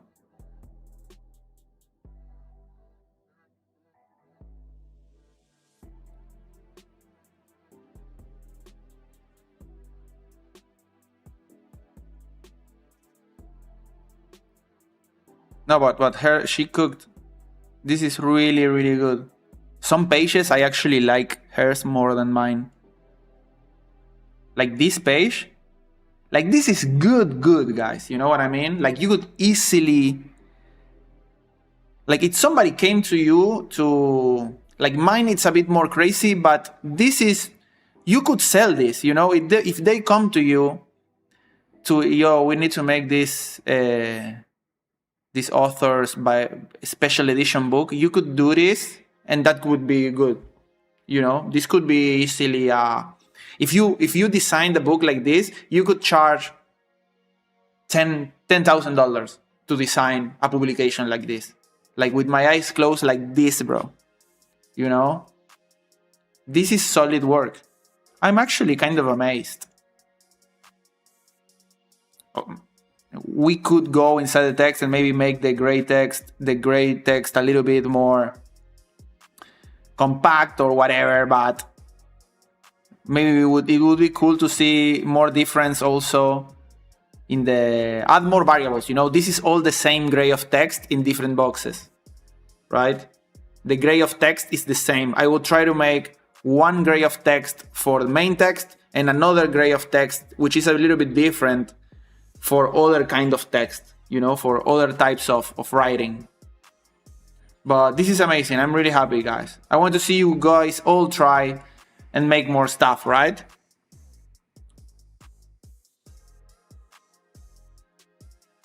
Yeah, bro. If somebody came to you to design like a typographic system for a really good, like for a real something really great, you could easily charge 10K or something like that. 8K, 5K for sure. You know, if Penguin, if a really big publisher came to you to design something like this, I mean, you could do that, or you could charge, let's say something. Sometimes books like this can be like over 100 pages. Designing over 100 pages like this, it will drive you insane, you know. So the system needs to be strong. But here you already have a foundation for that. You could easily charge 10K for this,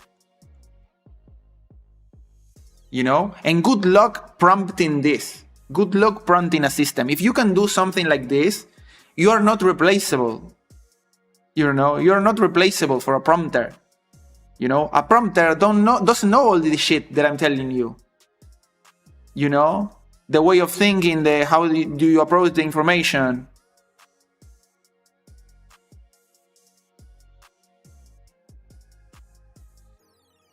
No, bro. He means if the book is published. No. I mean, you could charge that for the design of this. Like if they come to me, I want to design something like this, that's easily 5K, 10K.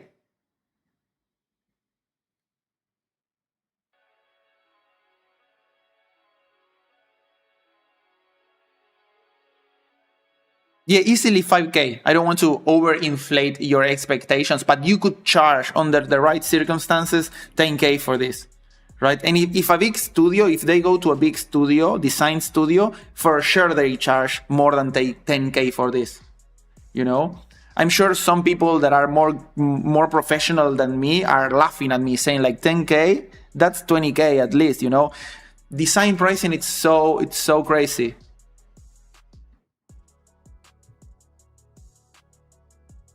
How do you mean 10K? Like to design an entire book with a typography layout system that is like that, or to sell that specific layout?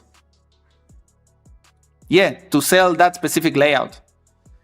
Let's say, no. Yeah, but I don't know what you guys mean. Like if like a big publisher came to you, like yo, we want to design a special edition book for that tells the life of Fyodor Dostoevsky or whatever it is, and you need to design something this complex, you probably can charge that amount of money for something like this, you know? And we are sort of doing like this that Diane made, it's almost at that level, you know? Now, the thing is, I mean, she did 3 pages, like you would need to do 100 plus pages, you know, that's an entire different level. But if you can do 3, you can do 100. That's the way I like to look at it. If you can make it once, you can make it indefinitely, you know?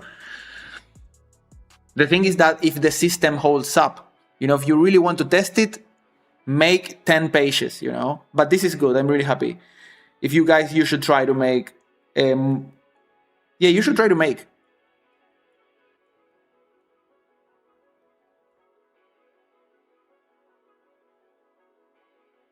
So, okay guys, I need to go because I'm going to the cinema now to watch the new Spider-Man movie.